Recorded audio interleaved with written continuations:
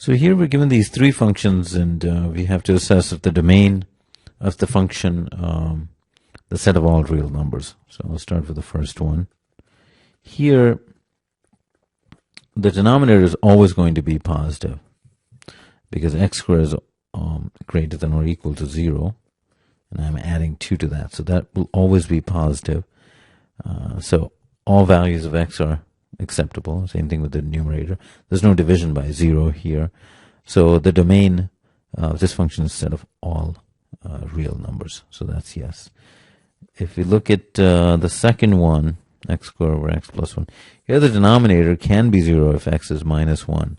So x equal to minus 1 has to be excluded from the domain. It's not, the function is not defined. So here the domain doesn't consist of all set of all real numbers. So the answer here would be no.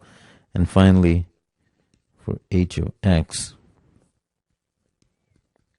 here the denominator is okay. This is always greater than or equal to 0.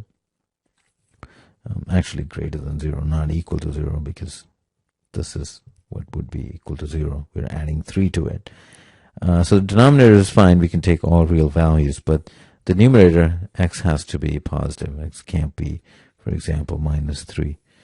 So here the domain is not the set of all real numbers, so that's a no as well.